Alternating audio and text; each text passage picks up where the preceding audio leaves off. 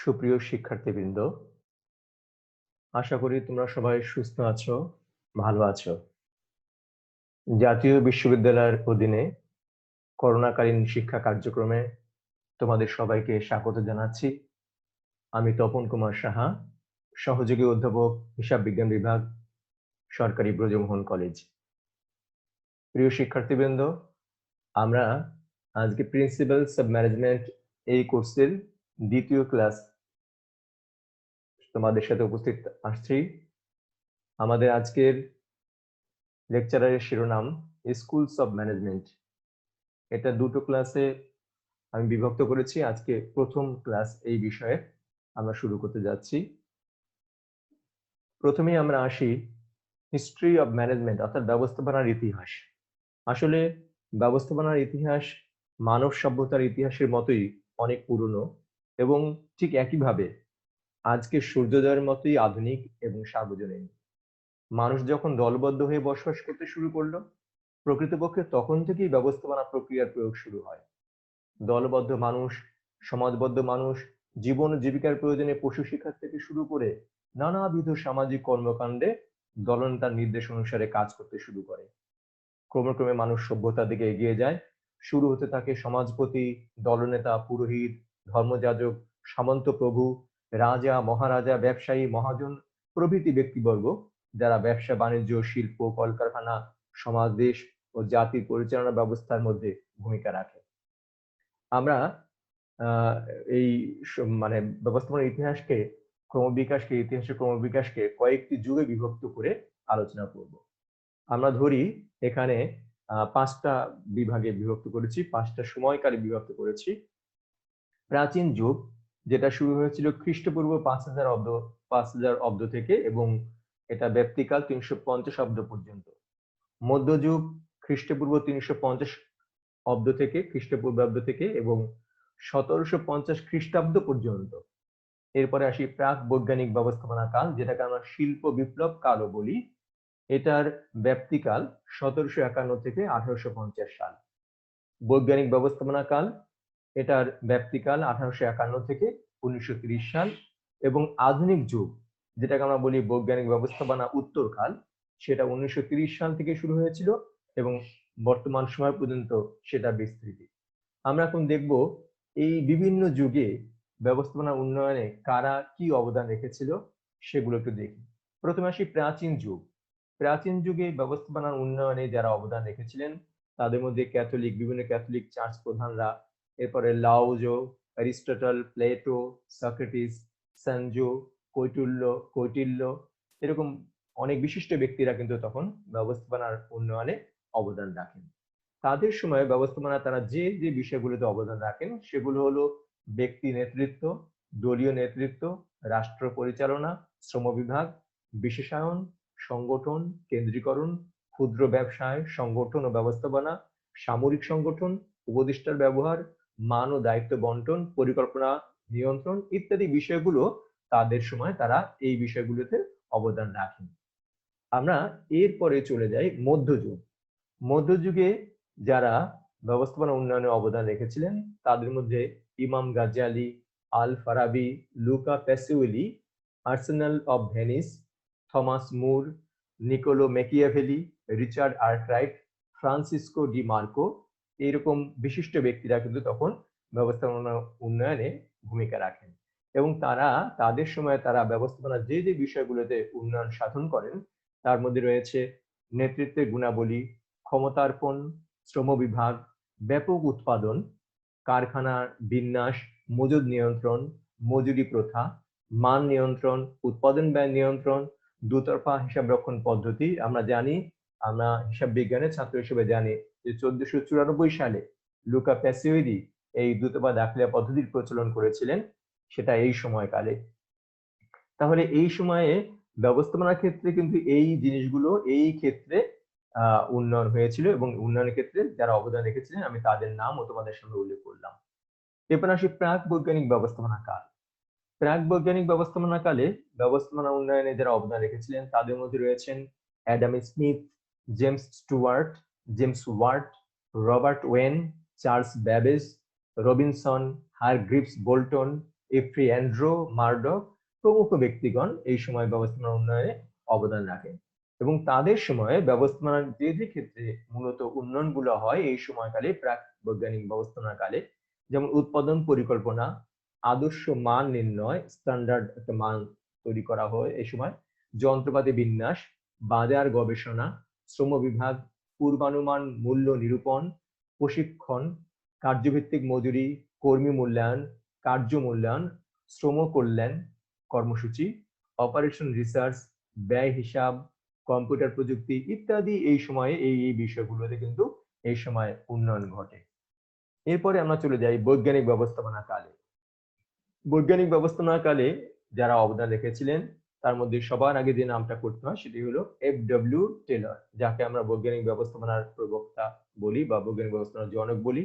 এরপরে এই সময় আরো যারা অবদান রেখেছিলেন Henri Fayol, Henry Laurence Gantt, Harrington, Emerson, Frank Gilbreth, Lillian Gilbreth, Oliver Sheldon, Mary Parker Follett, Hugo Munsterberg প্রমুখ ব্যক্তিরা এই সময় ব্যবস্থাপনা উন্নয়নে অবদান রাখেন।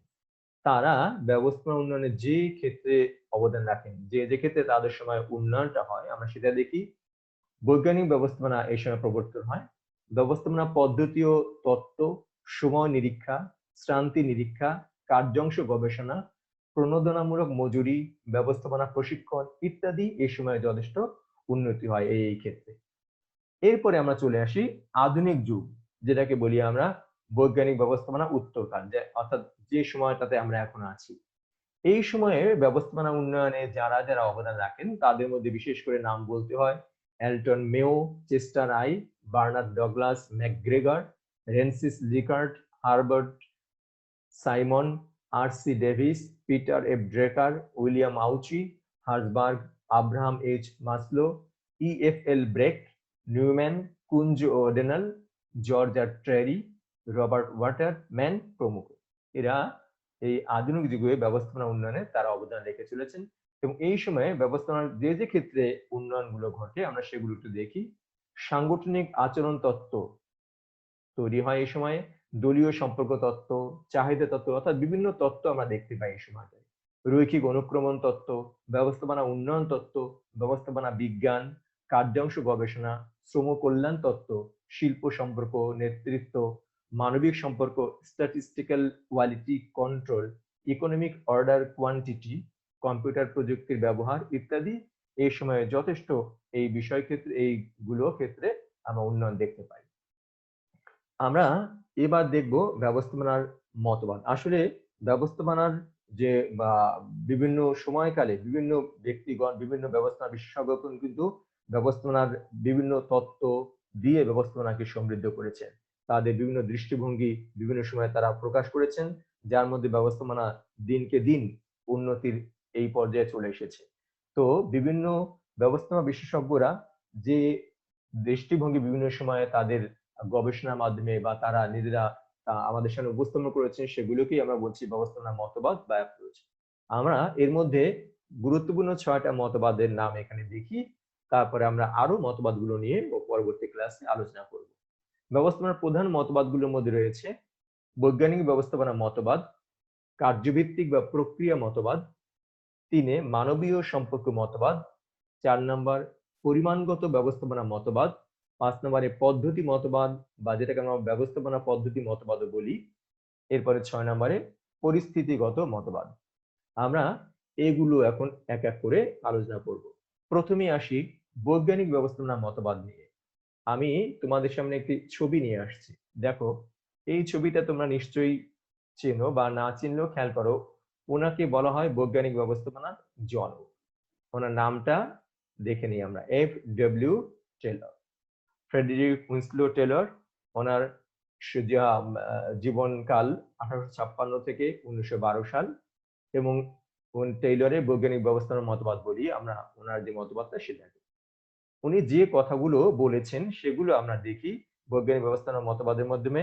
উনি যে বিষয়গুলোকে গুরুত্ব দিয়েছেন সেটা হলো বলেছেন যে শ্রমিক এবং তার কাজ সম্পর্কের উপর অধিক গুরুত্ব উনি দেন এবং তার দৃষ্টি বা কথার মূল কথা হলো যে ব্যবস্থাপনাকে তার কাজ সম্পর্কে সঠিকভাবে জানতে হবে এবং তা সম্পাদনের ক্ষেত্রে সর্বোৎকৃষ্ট পন্থা বা পদ্ধতি নির্ধারণ করতে হবে। এটা তার কথা। সেই হিসেবে উনি বলেছেন যে প্রতিষ্ঠানের ব্যবস্থাপনায় বৈজ্ঞানিক দৃষ্টিভঙ্গি প্রয়োগ করে উৎপাদনের সকল ক্ষেত্রে বৈপ্লবিক পরিবর্তন ঘটিয়ে উৎপাদনশীলতা বৃদ্ধি করাই বৈজ্ঞানিক ব্যবস্থাপনা দৃষ্টিভঙ্গির মূল কথা। এখানে দক্ষতা উৎপাদনশীলতা বৃদ্ধির লক্ষ্যে যন্ত্র এবং কর্মী দুটো সুষ্ঠু ব্যবহারই এই দৃষ্টিভঙ্গির মূল বক্তব্য। অর্থাৎ দুইটা ক্ষেত্রেই ব্যবহারটা যেন সুষ্ঠুভাবে হয়, যন্ত্র এবং কর্মী দুটোর ব্যবহার যদি সঠিকভাবে হয়, সুষ্ঠুভাবে হয়, তাহলে প্রতিষ্ঠান সাফল্য অর্জন করবে। এটা এফডব্লিউ টেইলরের মতামত আমরা দেখতে পাই। এবার আমরা দেখি টেইলরের ক্ষেত্রে উনি 1911 সালে এফডব্লিউ টেইলরের একটা বিখ্যাত গ্রন্থ যার নাম হলো principles of scientific management. Principles of scientific management গ্রন্থটি 1911 সালে প্রকাশ করেন। উক্ত গ্রন্থে তিনি বৈজ্ঞানিক ব্যবস্থাপনার 5টি মূলনীতির কথা বলেছেন। এখানে আমরা 5টা মূলনীতি দেখতে পাই বৈজ্ঞানিক ব্যবস্থাপনা। 1 নম্বরে টিপসইর নীতি বা গতানুগতিক নীতির স্থলে ব্যবস্থাপনায় বিজ্ঞানের প্রয়োগ। আসলে টিপসই নীতি মানে কি? গতানুগতিক যেগুলো চলে আসছে সেগুলো না, বৈজ্ঞানিক ব্যবস্থাপনা প্রয়োগ করতে হবে ব্যবস্থাপনা ক্ষেত্রে। অর্থাৎ ব্যবস্থাপনায় আরো উন্নয়ন ঘটাতে হবে, শ্রমিক কর্মী যন্ত্রের কাঙ্ক্ষিত ব্যবহার করতে হবে, তাহলে প্রতিষ্ঠান তার কাঙ্ক্ষিত সাফল্য পাবে। এটা তার কথা। 2 নম্বরে অনৈক্যের স্থলে ঐক্যবদ্ধ কাজ করা। অর্থাৎ প্রতিষ্ঠানের কর্মীদের মধ্যে সবাই একতাবদ্ধ হয়ে কাজ করবে, অনৈক্য না। বিবাদ থাকলে কাজে সাফল্য আসবে না। সবার মধ্যে যাতে একতা থাকে প্রতিষ্ঠানের স্বার্থের ক্ষেত্রে, সেটা উনি জোর দিয়ে বলেছেন। অর্থাৎ অনৈক্যের স্থলে ঐক্যবদ্ধভাবে কাজ করা। এরপরে আসি ব্যক্তি স্বাতন্ত্র্যবোধের স্থলে পারস্পরিক সহযোগিতা বৃদ্ধি করা। অর্থাৎ প্রতিষ্ঠানে কাজ করতে গিয়ে আমি আমার ব্যক্তি উন্নয়ন চিন্তা করব তা না, ব্যক্তির থেকে বড় চিন্তা করতে হবে আমার প্রতিষ্ঠানকে, সেইটা চিন্তা করে সবার মধ্যে সহযোগিতা, কর্মীদের সবার মধ্যে যেন সহযোগিতার মনোভাব থাকে, একজন আরেকজনকে সহযোগিতা করবে, একজনের কাজে আরেকজন সহযোগিতা করবে, তাহলে প্রতিষ্ঠানেরই আলটিমেটলি উন্নয়ন ঘটবে। এই জন্য বলা হয়েছে ব্যক্তি স্বাতন্ত্র্য বোধের স্থলে পারস্পরিক সহযোগিতা বৃদ্ধি করা। এবার সীমাবদ্ধ উৎপাদনের স্থলে সর্বাধিক উৎপাদন। উৎপাদন সীমিত না, উৎপাদনের পরিমাণ বাড়াতে হবে। এই জন্য বলেছেন যন্ত্র এবং কর্মীর সর্বোচ্চ ব্যবহার করতে হবে, তাহলে সীমাবদ্ধ উৎপাদন না, উৎপাদনের পরিমাণ বেড়ে যাবে। এবার সর্বাধিক দক্ষতা উন্নতির জন্য প্রত্যেক কর্মীর উন্নয়ন সাধন। হ্যাঁ, কর্মীদের উন্নয়ন করতে হবে। কর্মীদের কাছ থেকে যদি আমি কাঙ্ক্ষিত রেজাল্ট চাই, সর্বাধিক উৎপাদন করতে হয়, তাদের কাছ থেকে সর্বাধিক যদি এফোর্ট চাই, তাহলে কি করতে হবে? তাদেরকে সেজন্য উন্নয়ন সাধন করতে হবে, তাদের প্রশিক্ষণ দিয়ে হোক, যেভাবে হোক তাদের মাধ্যমে তাদের উন্নয়ন করতে পারি, তাহলে তাদের কাছ থেকে আমরা কাঙ্ক্ষিত সেবাটা পাবো। সেজন্য বলা হয়েছে সর্বাধিক দক্ষতা ও উন্নতির জন্য প্রত্যেক কর্মীর উন্নয়ন সাধন করা। এই আমরা 5টা দেখতে পেলাম। 1911 সালে উনি যে প্রিন্সিপালস অফ সায়েন্টিফিক ম্যানেজমেন্ট গ্রন্থ প্রকাশ করেন, সেখানে এই 5টা মূলনীতির কথা বলা হয়েছে। আমরা এবার দেখি বৈজ্ঞানিক ব্যবস্থাপনা তত্ত্বের বৈশিষ্ট্যগুলো কি। বৈশিষ্ট্যগুলো খেয়াল করি। 1 নম্বর বৈশিষ্ট্য, প্রতিষ্ঠানের কার্যের সকল ক্ষেত্রে পরীক্ষা নিরীক্ষা ও অনুধাবনের মাধ্যমে সুসংবদ্ধ নিয়ম রীতিনীতি ও সূত্র উদ্ভাবন করা। অর্থাৎ প্রতিষ্ঠানের যত কাজ আছে সব কাজের ক্ষেত্রে কিন্তু বিভিন্ন পরীক্ষা নিরীক্ষা করতে হবে, পরীক্ষা নিরীক্ষা করে বুঝে তারপরে সেখানে কিছু নিয়ম নীতি সূত্র উদ্ভাবন করতে হবে, তারপর কাজ করতে হবে, তাহলে কাজে কাঙ্ক্ষিত সাফল্য আসবে। এটা তার মতামত, বৈজ্ঞানিক ব্যবস্থাপনার জনক টেলরের। দ্বিতীয় কথা হলো, তার দ্বিতীয় বৈশিষ্ট্য হলো টিপসই নীতি বা গতানুগতিক পদ্ধতির স্থলে বৈজ্ঞানিক পদ্ধতিতে সময় গতি ও শ্রান্তি নিরীক্ষণের দ্বারা আদর্শ কার্যমান নির্ধারণ করে সর্বোত্তম পদ্ধতিতে কার্য সম্পাদন। এখানে উনি বলেছেন যে গতানুগতিক পদ্ধতি না, গতানুগতিক পদ্ধতির বাইরে গিয়ে আমাদের বৈজ্ঞানিক পদ্ধতি অনুসরণ করতে হবে। সেই বৈজ্ঞানিক পদ্ধতি অনুসরণ করে আমাকে সময় নির্ধারণ করে দিতে হবে, গতি নিয়ে কাজ করতে হবে, করে আদর্শ যে কার্যমান সেটা একটা ঠিক করে নিতে হবে, এবং তার ভিত্তিতে আমার কাজ যেন সর্বোত্তম পদ্ধতিতে সম্পাদন হতে পারে সেটা নিশ্চিত করতে হবে। 3, কর্মদক্ষতা বৃদ্ধি পূর্বক সকল রকমের অপচয় বন্ধ করে প্রতিষ্ঠানে উৎপাদন বৃদ্ধি করা। অর্থাৎ কর্মীদের কর্মদক্ষতা বাড়াতে হবে। কর্মীরা যা কাজ করে তাদেরকে প্রতিনিয়ত প্রশিক্ষণ দিতে হবে, প্রশিক্ষণ দিয়ে দিয়ে তাদেরকে দক্ষতা আরো বাড়াতে হবে। কর্মদক্ষতা বাড়ানোর পরে কি হবে? তাহলে তাদের কাছ থেকে আমরা উৎপাদন বৃদ্ধি করতে পারবো। আমাদের সকল রকমের অপচয় বন্ধ করতে হবে এবং প্রতিষ্ঠানের উৎপাদন বৃদ্ধি করতে হবে, প্রশিক্ষণের মাধ্যমে হোক, যেভাবে হোক, কর্মীদের কর্মদক্ষতা বৃদ্ধি করে। 4, বৈজ্ঞানিক পদ্ধতিতে কর্মী নিয়োগ, প্রশিক্ষণ এবং কর্তব্য দায়িত্ব সুনির্দিষ্টকরণ। কর্মী নিয়োগ করতে হবে, সেখানেও বৈজ্ঞানিক পদ্ধতির কথা বলা হয়েছে।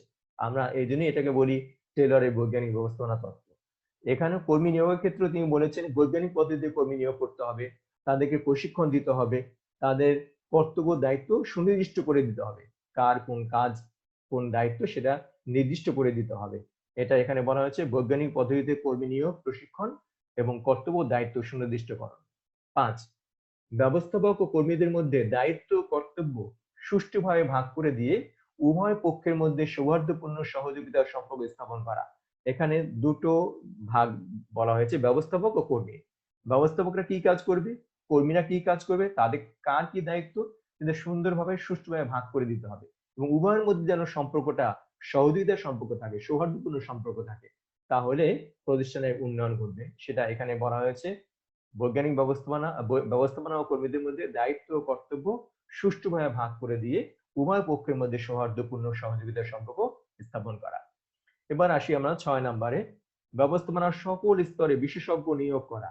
বিশেষজ্ঞ নিয়োগ করা অর্থাৎ আসলে আহ অনেক ব্যক্তি থাকে যারা কোনো কোনো বিষয়ে বিশেষজ্ঞ।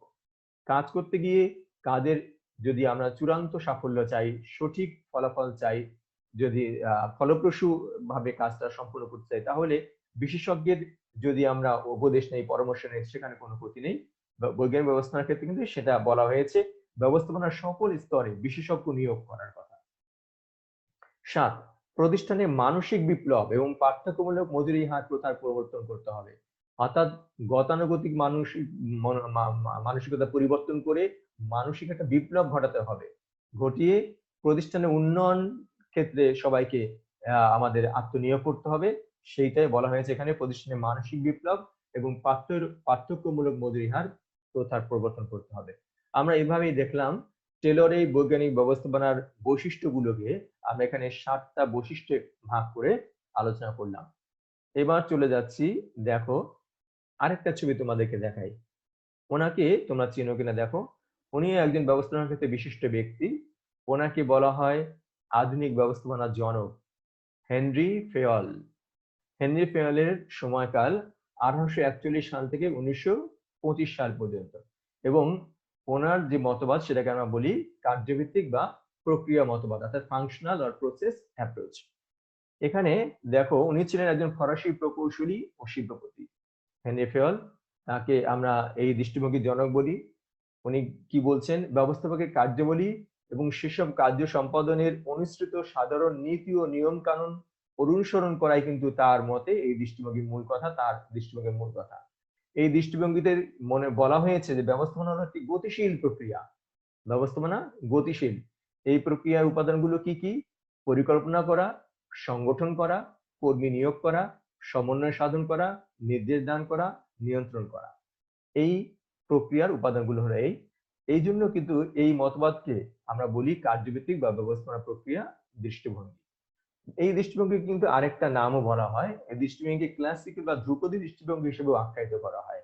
আর হেনরি ফেয়লকে তার এই কাজের স্বীকৃতি স্বরূপও কিন্তু আধুনিক ব্যবস্থাপনার জনক হিসেবে আখ্যায়িত করা হয়। দেখো হেনরি ফেয়লের যে বইটি 1949 সালে প্রকাশিত হয়েছিল, তার নাম general and industrial management. General and industrial management গ্রন্থে উনি প্রতিষ্ঠানের কার্যাবলীকে 6টি ভাগে ভাগ করেছেন। আমরা সেগুলো একটু দেখি, 6টি ভাগ কি কি এবং কোন ভাগে কি কি কাজের কথা উল্লেখ করেছেন।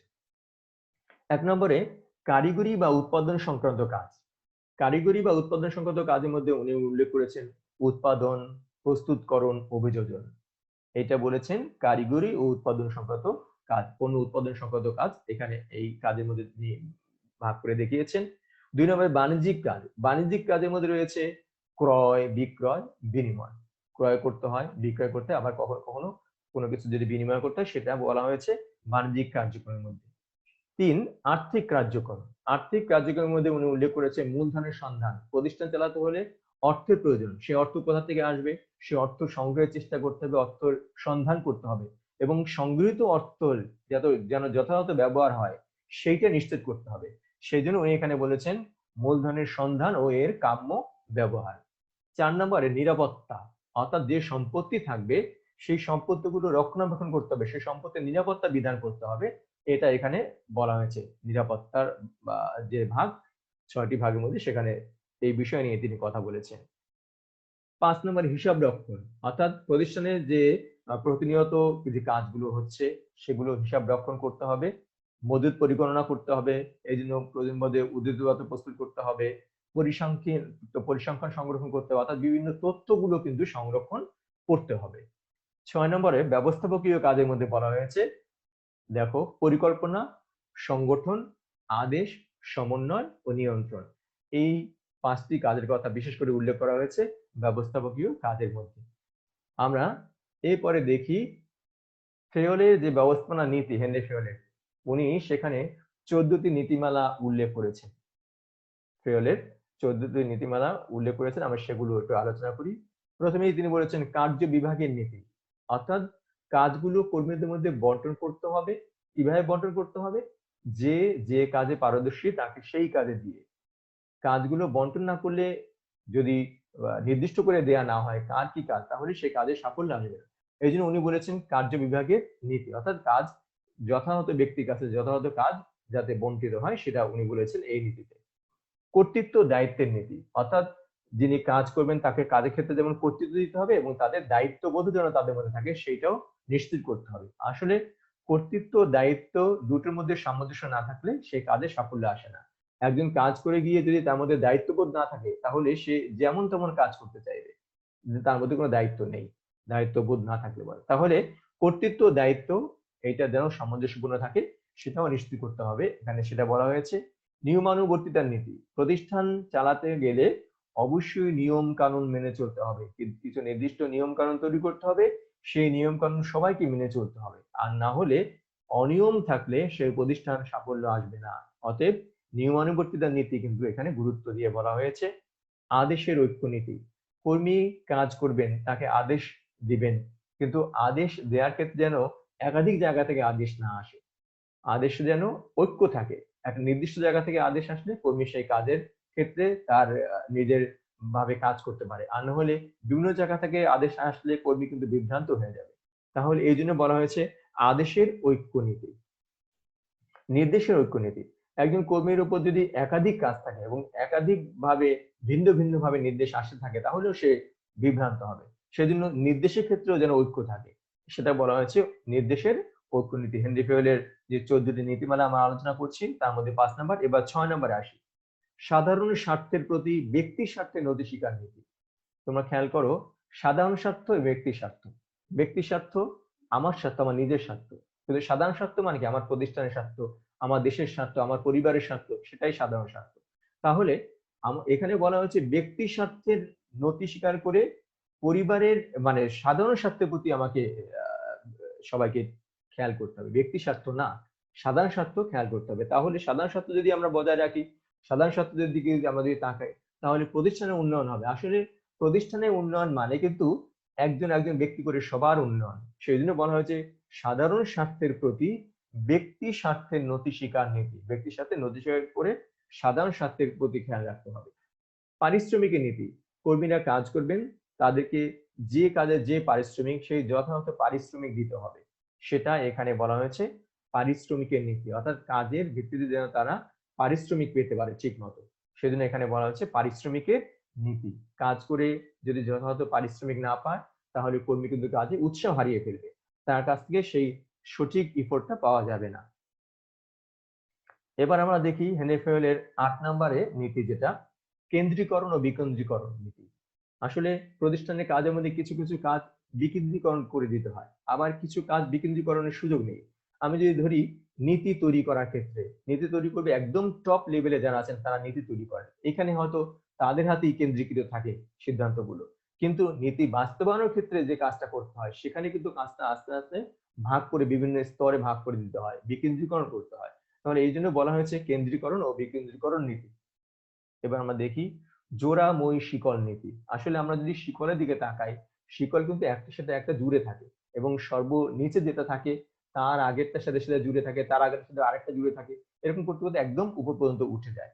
তো এখানে বলা হয়েছে প্রতিষ্ঠানের ক্ষেত্রেও কিন্তু এরকম ভাবে জোড়াময় শিকল নীতি অনুসরণ করতে হবে, অর্থাৎ প্রতিষ্ঠানে যিনি সর্বশেষে একদম শেষ পর্যায়ে থাকবেন তাকে তার আগের উপরে যে বস আছেন তার নির্দেশ পালন করতে হবে, আবার তাকে তার উপরে এটা পালন করতে হবে। এভাবে একদম উঁচু লেভেল থেকে নিম্ন পর্যায় পর্যন্ত সবকিছু বাস্তবায়ন হবে, কিন্তু ধাপে ধাপে। হ্যাঁ, তাহলে এখানে চেইন অফ কমান্ড মেনটেন করতে হবে, সেটা বলা হচ্ছে জোড়াময় শিকল নীতি, শৃঙ্খলার নীতি। প্রতিষ্ঠানে যেন শৃঙ্খলা থাকে, বিশৃঙ্খল অবস্থা যদি এলোমেলো অবস্থা থাকে, সাজানো গুছানো সবকিছু না থাকে, তাহলে কাজে সাফল্য আসতে পারে না। তাহলে এখানে বলা হয় শৃঙ্খলার নীতির কথা বলা হয়েছে। ন্যায়পরায়ণতার নীতি, ন্যায়পরায়ণতার নীতি হলো প্রতিষ্ঠানে যে কর্মীরা কাজ করে তাদের সবাইকে সবার প্রতি ন্যায় আচরণ করতে হবে, সবাইকে সমান দৃষ্টিতে দেখতে হবে, সেই হিসাবে তাদের মূল্যায়ন করতে হবে। যদি এমন হয় যে না তুমি কাউকে একটু ভিন্নভাবে মূল্যায়ন করতেছো, তাহলে অন্যরা কিন্তু কি হবে, তারা একটু অফেন্ডেড হবে, তারা এই জন্য কাজে উৎসাহ হারিয়ে ফেলবে। অতএব প্রতিষ্ঠানে বলা হয়েছে যে ন্যায়পরায়ণতার নীতি কিন্তু তোমাকে অনুসরণ করতে হবে, ন্যায়পরায়ণতার নীতি। এবার যাই চাকরির স্থায়িত্বের নীতি। আমরা দেখি চাকরির স্থায়িত্বের নীতি, অর্থাৎ প্রতিষ্ঠানে যে কাজ হবে, কর্মীরা যদি চাকরিতে স্থায়িত্ব না থাকে তাহলে সে কাজে উৎসাহ হারিয়ে ফেলবে। অর্থাৎ তার ক্ষেত্রে যেন চাকরি স্থায়িত্ব থাকে। যদি তার মধ্যে কর্মীর মধ্যে সবসময় ভয় থাকে যে হ্যাঁ আমি আমার বোধহয় কাজে আগামী দিন যদি কাজ না থাকে, আমি আজকে কাজ করছি, আগামী দিন যদি প্রতিষ্ঠান থেকে আমাকে স্যাক করা হয় তাহলে কি করব, এই ভয় নিয়ে যদি প্রতিষ্ঠান কাজ করে তাহলে কিন্তু সে সঠিক মানে তার সেবাটা দিতে পারবে না। অতএব তাকে সেই চাকরির স্থায়িত্ব যেটা, সেটা তাকে সেই নিশ্চয়তা দিতে হবে, তাহলে সে কাজ মানে প্রতিষ্ঠানকে নিজের মনে করে সে প্রতিষ্ঠানের জন্য কাজ করতে পারবে। এই জন্য বলা হয়েছে চাকরির স্থায়িত্বের নীতির কথা এখানে বলা হয়েছে। উদ্যোগী নীতি, আসলে কাজ করতে করতে অনেক কর্মীর মধ্যে অনেক প্রতিভা সৃষ্টি হয় এবং অনেকে নতুন কিছু করতে পারে, নতুন কিছু সামনে নিয়ে আসতে পারে। তাহলে তাদেরকে যারা নতুন উদ্যোগ নিয়ে যদি কেউ এগিয়ে আসে, তাকে সেই ক্ষেত্রে সহযোগিতা করতে হবে এবং তার কাছ থেকে যে উদ্যোগটা আসলো সেটা মানে প্রতিষ্ঠানের কাছে কতটুকু গ্রহণযোগ্য সেটা চিন্তা ভাবনা করতে হবে। উদ্যোগকে উৎসাহিত করতে হবে। একতাই বল। হ্যাঁ, একতাই বল আমরা বলিও সবসময়। একতাবদ্ধ থাকলে কখনো কোনো সমস্যা আসলে সেটা সবাই মিলে ফেস করলে কখনোই কোনো সেই সমস্যা থাকে না, সমস্যা দূরীভূত হয়ে যায় এবং আমরা সেখানে কাঙ্ক্ষিত সাফল্য পেতে পারি। আর যদি বিরোধ থাকে সবার মধ্যে তাহলে সেই কাঙ্ক্ষিত সাফল্য আসবে না। প্রতিষ্ঠানের ক্ষেত্রেও একই কথা, কর্মীদের মধ্যে, ব্যবস্থাপকদের মধ্যে, সবার মধ্যে যেন একতা থাকে যে আমাদের উদ্দেশ্য একটাই, প্রতিষ্ঠানের সাফল্য। অতএব আমরা সেই ক্ষেত্রে সবাই একতাবদ্ধ থাকবো এবং সেইভাবে সবাই একতাবদ্ধ হয়ে প্রতিষ্ঠানের উন্নয়নের জন্য কাজ করব। সেটাই বলা হয়েছে একতাই বল এখানে। আচ্ছা, এরপরে আমরা যাই মানবীয় সম্পর্ক মতবাদে। আরেকটা মতবাদ দেখো, এই ছবিটা হলো এলটন মেও। এলটন মেও আধুনিক যুগের একজন ব্যবস্থাপনা বিশারদ। উনি হার্ভার্ড বিশ্ববিদ্যালয়ের শিল্প গবেষণা বিভাগের অধ্যাপক এলটন মেও। উনি কি করেছিলেন, আমেরিকান শিকাগো শহরের ওয়েস্টার্ন ইলেকট্রিক কোম্পানি হথর্ন প্ল্যান্টে তার সহযোগীদের নিয়ে মানবীয় সম্পর্কের উপর উৎপাদনশীলতা নির্ভরতা এই বিষয়ে একটা গবেষণা করেন এবং এই গবেষণার ক্ষেত্রে শিল্পক্ষেত্রে মানবীয় আচরণের ফলাফলের ভিত্তিতে তিনি যে দৃষ্টিভঙ্গি গড়ে তোলেন, যে দৃষ্টিভঙ্গি প্রকাশ করেন আমাদের সামনে, সেটাকে বলতেছি আমরা মানবীয় সম্পর্ক দৃষ্টিভঙ্গি। এই দৃষ্টিভঙ্গিকে মানবীয় আচরণ দৃষ্টিভঙ্গিও কিন্তু বলা হয়। উত্তম ব্যবস্থাপনার সাহায্যে মধুর সম্পর্ক গড়ে তোলাই এই মতবাদের মূল বক্তব্য, অর্থাৎ প্রতিষ্ঠানের কর্মীদের সাথে সবার সাথে ভালো ব্যবহার করে একটা সুন্দর সম্পর্ক গড়ে তোলা, একটা মধুর সম্পর্ক গড়ে তোলা, সেটার কথা এখানে বলা হয়েছে। আমরা এই মানবীয় সম্পর্ক মতবাদের বৈশিষ্ট্যগুলো একটু খেয়াল করি। প্রথমে 1 নম্বরে মানুষকে সামাজিক জীব হিসেবে বিবেচনা করে ব্যক্তির মানবিক দিক ও আচরণের উপর গুরুত্ব আরোপ করা হয় এখানে। অর্থাৎ মানুষকে সামাজিক জীব, মানুষ সমাজবদ্ধভাবে বাস করে, একে অপরের সব সুবিধা অসুবিধাতে হাত বাড়িয়ে দিবে, এটাই হওয়া উচিত। সেই চিন্তা করে মানুষকে সামাজিক হিসেবে বিবেচনা করে ব্যক্তির মানবিক দিক ও আচরণের উপর গুরুত্ব আরোপ করা হয়। প্রত্যেকটা ব্যক্তির যেন মানবিক দিকটা আমরা দেখতে পারি, তার আচরণটাকে আমরা মূল্যায়ন করে সেইভাবে কাজ করতে পারি, সেই জন্য উনি এখানে গুরুত্ব দিয়েছেন। আমরা সেটাই বলছি, মানুষকে সামাজিক জীব হিসেবে বিবেচনা করে ব্যক্তির মানবিক দিক ও আচরণের উপর গুরুত্ব আরোপ করা হয়। 2, শ্রমিকরা স্বভাবত অধিক উৎপাদনে আগ্রহী। তাই ব্যবস্থাপনাকে তাদের সহযোগিতা প্রদান ও কল্যাণ নিশ্চিত করতে হবে। আসলে শ্রমিকরা চায় না তার কম উৎপাদন করবে, সেটা কিন্তু চায় না। তাদের আগ্রহে কিন্তু ঘাটতি থাকে না। তারাও চায় এই প্রতিষ্ঠানের সাফল্য হোক, প্রতিষ্ঠানে ভালো উৎপাদন হোক, তাহলে প্রতিষ্ঠানের উন্নয়ন হলে তাদের উন্নয়ন হবে। সেজন্য বলা হয়েছে শ্রমিকরা স্বভাবতই অধিক উৎপাদনে আগ্রহী, তাই ব্যবস্থাপনাকে তাদের সহযোগিতা প্রদান ও কল্যাণ নিশ্চিত করতে হবে। সেক্ষেত্রে ব্যবস্থাপনাকে সহযোগিতা করতে হবে শ্রমিকদের। আচ্ছা, এবার আসি, কর্মীর সমস্যাকে মানবিক সমস্যা হিসেবে বিবেচনা করে কর্মীকে সুখী করার লক্ষ্যে মানবিক দৃষ্টিভঙ্গিতে সমস্যার সমাধান করতে হবে।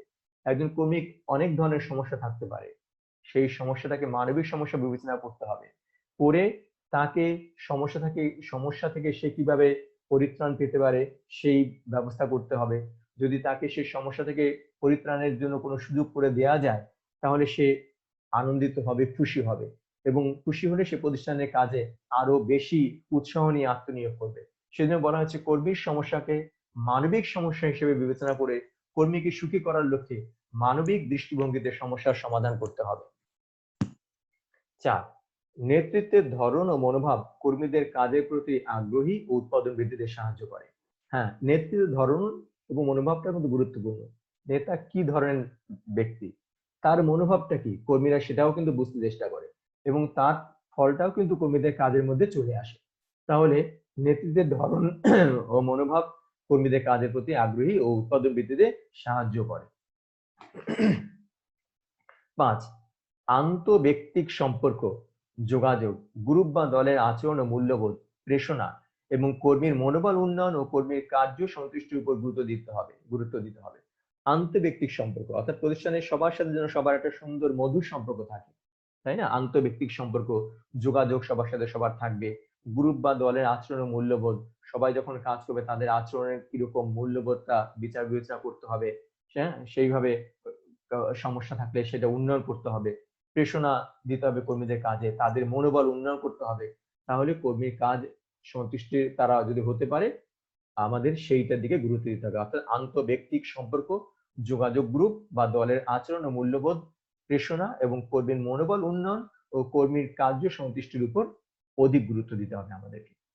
এবার দেখি 6, শিল্প প্রতিষ্ঠানকে একই সামাজিক প্রতিষ্ঠান হিসেবে বিবেচনা করতে হবে।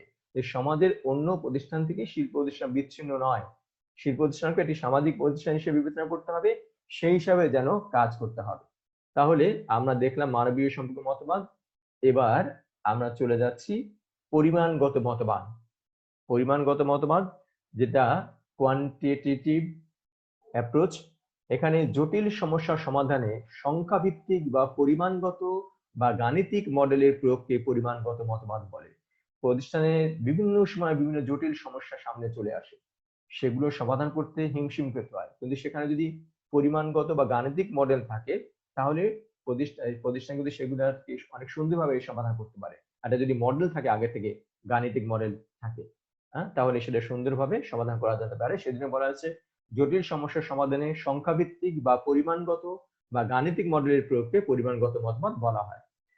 এরকম একটা সমস্যার সমাধান হয়েছিল দ্বিতীয় বিশ্বযুদ্ধের সময়। দ্বিতীয় বিশ্বযুদ্ধের সময় সামরিক সমস্যা মোকাবেলার ক্ষেত্রে কিন্তু এই পরিসংখ্যাত্মক কৌশলটি ব্যবহার করা হয়েছিল, এবং সেখানে সাফল্য এসেছিল বলেই আমরা এটাকে বলি পরিমাণগত মতবাদ, এবং সেটা আমাদের ব্যবস্থাপনার ক্ষেত্রে চলে আসছে। পরবর্তীকালে এই কৌশল ব্যবসা ক্ষেত্রেও প্রয়োগ করা দেখা যায়। এক্ষেত্রে কি করা হয়? এক্ষেত্রে ব্যবস্থাপনা সংক্রান্ত সিদ্ধান্ত গ্রহণ ও সমস্যা সমাধানে কম্পিউটার প্রযুক্তি, গাণিতিক সূত্র, মডেল, পরিসংখ্যান বিষয়ক বিভিন্ন পদ্ধতি ব্যবহার করা হয়। এক্ষেত্রে এই বিষয়গুলো ব্যবহার করে আমরা সাফল্য পেতে পারি। এবার যাই পদ্ধতিগত মতবাদ বা ব্যবস্থাপনা পদ্ধতি মতবাদ। দেখো, পদ্ধতিগত মতবাদ বা ব্যবস্থাপনা পদ্ধতি মতবাদ কি? ব্যবস্থাপনার ক্ষেত্রে পদ্ধতিগত মতবাদ এক নতুন ধারণা। কারবার একটা পদ্ধতি, একটা সামগ্রিক পদ্ধতি কারবার, কতগুলো পরস্পর সম্পর্কযুক্ত এবং পরস্পর নির্ভরশীল উপাদানের সমষ্টি। প্রত্যেক পদ্ধতির কতগুলো উপপদ্ধতি থাকে। একটা প্রতিষ্ঠানের বা সংগঠনের বিভিন্ন বিভাগ থাকে, এই বিভাগগুলো হচ্ছে সংগঠনের উপপদ্ধতি। সেই বিভাগগুলোর মধ্যে যদি সুসমন্বয় থাকে, বিভাগগুলো যদি সঠিকভাবে কাজ করে, তাহলে প্রতিষ্ঠানের উন্নয়ন হবে। সেজন্য বলা হয়েছে ব্যবস্থাপনাকে একটি পূর্ণাঙ্গ পদ্ধতি মনে করা হয়েছে, কারবারকে একটি পূর্ণাঙ্গ পদ্ধতি মনে করা হয়েছে, এবং এই একটা প্রতিষ্ঠানের যে বিভাগগুলো থাকে সেগুলো উপপদ্ধতি, সবার মধ্যে সমন্বয় করে কাজ করতে হবে। এটা হলো পদ্ধতিগত মতবাদ। আমরা পদ্ধতিগত মতবাদের বৈশিষ্ট্যগুলো কয়েকটা দেখি। এক, এই দৃষ্টিভঙ্গিতে প্রতিষ্ঠান বা সংগঠনকে একটি সামগ্রিক পদ্ধতি এবং এর বিভাগ ও বিভাগকে এক একটি পরস্পর নির্ভরশীল ও পরস্পর সম্পর্কিত অংশ হিসেবে বিবেচনা করা হয়। হ্যাঁ, এখানে কি হয়েছে, প্রতিষ্ঠানকে একটা সামগ্রিক পদ্ধতি, আর এই যে বিভিন্ন বিভাগ থাকবে, উপবিভাগ থাকবে, সেগুলো এটা পরস্পর নির্ভরশীল ও পরস্পর সম্পর্কিত অংশ হিসেবে বিবেচনা করা হয় এখানে। দুই, জটিল ব্যবস্থাপনার সমস্যাকে এই দৃষ্টিভঙ্গি সহজ ও স্পষ্টভাবে বিশ্লেষণ করে। জটিল ব্যবস্থাপনা থাকলে পরে এই দৃষ্টিভঙ্গির কারণে কিন্তু সেটা অনেক সহজ হয়ে যায়, দৃষ্টিভঙ্গিতে সহজ হয়ে যায় জটিল ব্যবস্থাগুলো। যেক্ষেত্রে মনে হয় অনেক জটিল, সেটা কিন্তু খুব সহজ হয়ে যায় যদি সবার কারবারের সব বিভাগগুলো সঠিকভাবে থাকে, সবার মধ্যে ভালো সমন্বয় থাকে। তিন, প্রকল্প ব্যবস্থাপনার ক্ষেত্রে এই দৃষ্টিভঙ্গি বিশেষভাবে প্রযোজ্য। যদি বিভিন্ন প্রকল্প আমরা দেখি, তৈরি প্রকল্প থাকে, সেই প্রকল্পের কাজের ক্ষেত্রে কিন্তু এই দৃষ্টিভঙ্গিটা বিশেষভাবে প্রযোজ্য। পদ্ধতিগত মতবাদের বৈশিষ্ট্য 4, এই দৃষ্টিভঙ্গিতে উপপদ্ধতি সমূহের মধ্যে আন্তঃসম্পর্ক সৃষ্টির উপর গুরুত্ব প্রদান করা হয়। আমরা বললাম একটা প্রতিষ্ঠান হলো সামগ্রিক পদ্ধতি, কারবার একটা সামগ্রিক পদ্ধতি, এর বিভিন্ন বিভাগ থাকে, তাহলে এইগুলো উপপদ্ধতি। এই উপপদ্ধতিগুলোর মধ্যে কিন্তু আন্তঃসম্পর্ক থাকতে হবে, একটা বিভাগের সাথে আরেকটা বিভাগের আন্তঃসম্পর্ক থাকতে হবে। আন্তঃসম্পর্ক থাকলে পরে সবাই যদি একতাবদ্ধ হয়ে চিন্তা ভাবনা করে, সবার মধ্যে যদি ভালো সমন্বয় থাকে, তাহলে প্রতিষ্ঠানেরও উন্নয়ন হতে পারে। সেই জন্য বলা হয়েছে উপপদ্ধতি সমূহের মধ্যে আন্তঃসম্পর্ক সৃষ্টির উপর গুরুত্ব প্রদান করা হয়েছে এখানে। 5, এই দৃষ্টিভঙ্গি ব্যবস্থাপনাকে একটি পূর্ণাঙ্গ পদ্ধতি হিসেবে বিবেচনা করে এর পরিকল্পনা, সংগঠন, নির্দেশনা, নিয়ন্ত্রণের মধ্যে আন্তঃসম্পর্ক প্রকাশ করে। কি বলা হয়েছে, ব্যবস্থাপনাকে একটি পূর্ণাঙ্গ পদ্ধতি হিসেবে বিবেচনা করা হয়েছে এবং ক্ষেত্রে পরিকল্পনা বলি আমরা, সংগঠন বলি, নির্দেশনা, নিয়ন্ত্রণ, এগুলোর মধ্যে যেন আন্তঃসম্পর্ক প্রকাশ করা হয়েছে এক্ষেত্রে। 6, এই দৃষ্টিভঙ্গি পরিমাণগত, প্রক্রিয়া, সিদ্ধান্ত, মানবীয় সম্পর্ক ও আচরণ সম্বন্ধীয় দৃষ্টিভঙ্গির ক্ষেত্রেও ব্যবহার করা যায়। এই ক্ষেত্রে ব্যবহার করা যাবে, কোন কোন ক্ষেত্রে এই দৃষ্টিভঙ্গিটা ব্যবহার করা যাবে? পরিমাণগত, প্রক্রিয়া, সিদ্ধান্ত, মানবীয় সম্পর্ক, আচরণ সম্বন্ধীয়, এসব ক্ষেত্রে কিন্তু এই দৃষ্টিভঙ্গি অর্থাৎ পদ্ধতিগত মতবাদ, যেটা আমরা বললাম যে ব্যবস্থাপনা বা কার প্রতিষ্ঠানের একটি পূর্ণাঙ্গ পদ্ধতি, আর এই যে বিভিন্ন বিভাগ উপবিভাগ থাকে সেগুলো হলো উপপদ্ধতি, এর মধ্যে আন্তঃসম্পর্ক সৃষ্টি করতে হবে, সেটার কথা এখানে বলা হয়েছে। সেই দৃষ্টিভঙ্গিটা আমরা এসব ক্ষেত্রেও ব্যবহার করতে পারি। এবার যাই পরিস্থিতি মতবাদ বা কন্টিনজেন্সি অ্যাপ্রোচ। আসলে ব্যবস্থাপনার ক্ষেত্রে অনেক সময় তাৎক্ষণিকভাবে অনেক সমস্যার সামনে চলে আসে, সেগুলো কিন্তু ব্যবস্থাপককে সেগুলি ফেস করতে হয়। অতএব কোনো মতবাদ না, এমনিতে কোনো মতবাদের বাইরে গিয়েও কিন্তু হঠাৎ করে একটা সমস্যার সামনে চলে আসবে, যেটার সাথে হয়তো আগে ব্যবস্থাপনা যেটার মুখোমুখি হয়নি, তাহলে সেটাও তো তাকে সে মানে সমাধান করতে হবে, তাই না? সেইটা বলা হচ্ছে পরিস্থিতি মতবাদ, অর্থাৎ ব্যবস্থাপনা কৌশল, প্রক্রিয়া ও ব্যবহারকে প্রতিষ্ঠানের প্রয়োজন ও তাৎক্ষণিক অবস্থা অনুযায়ী সামঞ্জস্যপূর্ণ করে তোলার উপর এই দৃষ্টিভঙ্গিতে গুরুত্ব প্রদান করা হয়। অতীত ঘটনাবলী ও অতীত সিদ্ধান্ত থেকে অভিজ্ঞতা নিয়ে এর সাফল্য ও ব্যর্থতা পর্যালোচনা ও বিশ্লেষণ পূর্বক বর্তমান পরিস্থিতি ভিত্তিক বাস্তব কৌশল প্রয়োগ করা এই দৃষ্টিভঙ্গির মূল কথা। অর্থাৎ অতীতের অভিজ্ঞতা থেকে, অতীতে এরকম ঘটনা থেকে কিরকম আমরা সিদ্ধান্ত নিয়েছিলাম, সেই অতীত সিদ্ধান্ত থেকে বা অতীত অভিজ্ঞতা থেকে নিয়ে সেক্ষেত্রে কতটুকু কোথায় সাফল্য পেয়েছিলাম, কোথায় কতটুকু ব্যর্থতা হয়েছিল, সেগুলো বিশ্লেষণ করে বর্তমান পরিস্থিতিতে সেটার কোন বিষয়টা কিভাবে ব্যবহার করতে হবে সেই কৌশল প্রয়োগ করতে হবে এখানে। এটা বললাম আর পরিস্থিতি মতবাদ। তাহলে আমরা আজকে এই পর্যন্তই শেষ করতে চাচ্ছি। আমরা তোমাদের সাথে ব্যবস্থাপনার বেশ কয়েকটি পদ্ধতি নিয়ে, 6টি পদ্ধতি নিয়ে, মতবাদ নিয়ে আমরা আলোচনা করলাম। এরপরেও আরো কিছু ব্যবস্থাপনার মতবাদ রয়েছে, সেগুলো নিয়ে আমরা পরবর্তী ক্লাসে আলোচনা করব। আসলে বিভিন্ন ব্যবস্থাপনা বিশারদ কিন্তু বিভিন্ন সময়ে ব্যবস্থাপনা উন্নয়নে ভূমিকা রেখেছে এবং তারা বিভিন্ন জনে কিন্তু তাদের নিজের মতো করে চিন্তা ভাবনা করে একটি মতবাদ দিয়ে গেছে, যে মতবাদগুলো কোনোটি আমাদের কাছে খুবই গুরুত্বপূর্ণ, যে মতবাদগুলো অনেকগুলো আমরা এখন এই মুহূর্তে গ্রহণ করছি। সেই মতবাদগুলো নিয়ে আমরা কিছুটা আলোচনা করলাম আজকে। আসলে এখানে অনেক ব্যাপক, যেজন্য আমরা এক ক্লাসে এটা আলোচনা করলাম না। আগামী ক্লাসে আশা করি বাকি যে মতবাদগুলো রয়েছে সেগুলো নিয়ে তোমাদের সাথে আলোচনা হবে। সবাই ভালো থেকো, সুস্থ থাকো। ধন্যবাদ সবাইকে।